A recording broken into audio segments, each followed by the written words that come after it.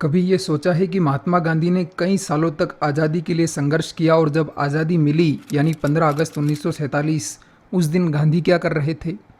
जय हिंद मित्रों, आज के वीडियो में हम भारत की आज़ादी से जुड़े ऐसे फैक्ट्स आपको बताएंगे जो शायद आपने पहले नहीं सुने होंगे। क्या आपको पता है भगत सिंह के गांव के हिंदू और सिख परिवारों पर 4 अगस्त 1947 को हमला हुआ था।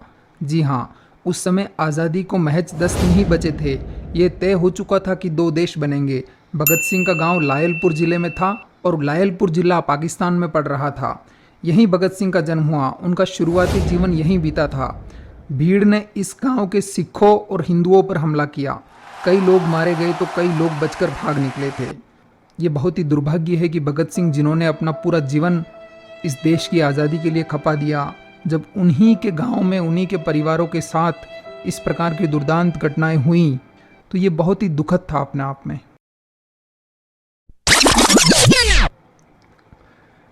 गंगा यमुना जैसी नदियों के भी नाम कभी बदले जा सकते हैं।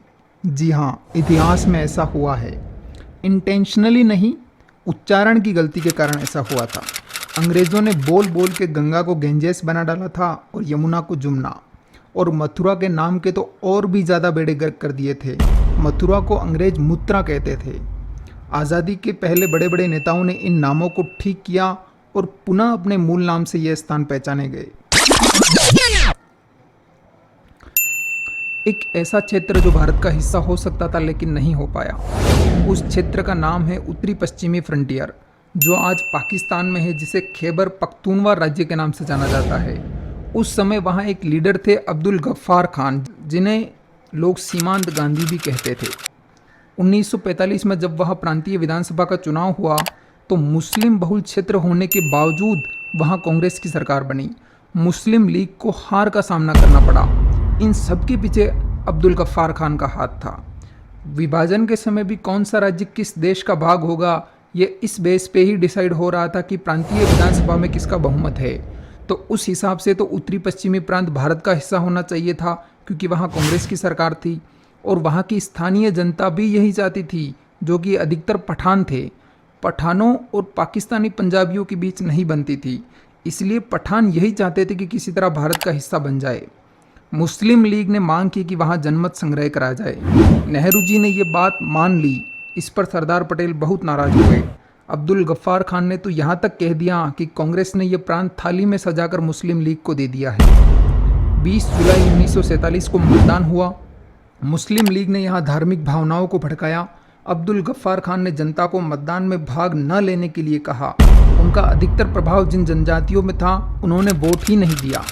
कुल 35 लाख की जनता में 5 लाख लोग मतदान में शामिल हुए, जिनमें से 3 लाख लोगों ने मुस्लिम लीग को वोट दिया। मोटा मोटा देखा जाए तो 35 लाख में से 3 लाख लोग ही पाकिस्तान के पक्ष में थे, लेकिन वोट उनके पक्ष में ज़्यादा पड़े थे, इसलिए यह प्रांत पाकिस्तान में मिल गया। अभी कुछ दिन पहले ही बांग्लादेश की भीड़ ने प्रधानमंत्री के आवास पर हमला कर दिया। प्रधानमंत्री शेख हसीना वहां से भाग निकली। भीड़ घर के अंदर की सारी चीज़ें लूट के अपने साथ ले गई। पिछले साल श्रीलंका में भी ऐसी ही घटना सामने आई थी, लेकिन आपको जानकर यह आश्चर्य होगा कि भारत में भी ऐसा हुआ है। 14 अगस्त की रात यानी आज़ादी की रात को कोलकाता में सी राजगोपालाचारी को गवर्नर की शपथ दिलाने के लिए गवर्नर हाउस में प्रोग्राम रखा गया था। सामान्य लोग देख सके इसके लिए इस समारोह को सार्वजनिक रखा गया था।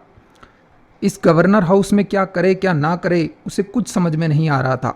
भीड़ ने जय हिंद, वंदे मातरम, महात्मा गांधी जिंदाबाद के नारे लगाते हुए कीमती वस्तुएं, चांदी की कटलेरी इत्यादि वहां से लूट कर अपने साथ बाहर ले आई। आज़ादी की पहली रात बंगाल के लिए कुछ ऐसी थी। महात्मा गांधी भारतीय आज़ादी के आंदोलन के सबसे बड़े चेहरों में से एक। हम सबकी यह जिज्ञासा रहती है कि गांधी जी उस ऐतिहासिक क्षण में कहाँ थे, क्या कर रहे थे। गांधी जी 10 अगस्त को ही बंगाल आ गए थे, क्योंकि विभाजन की मार सबसे ज़्यादा अगर किसी ने झेली है तो वो है पंजाब और बंगाल।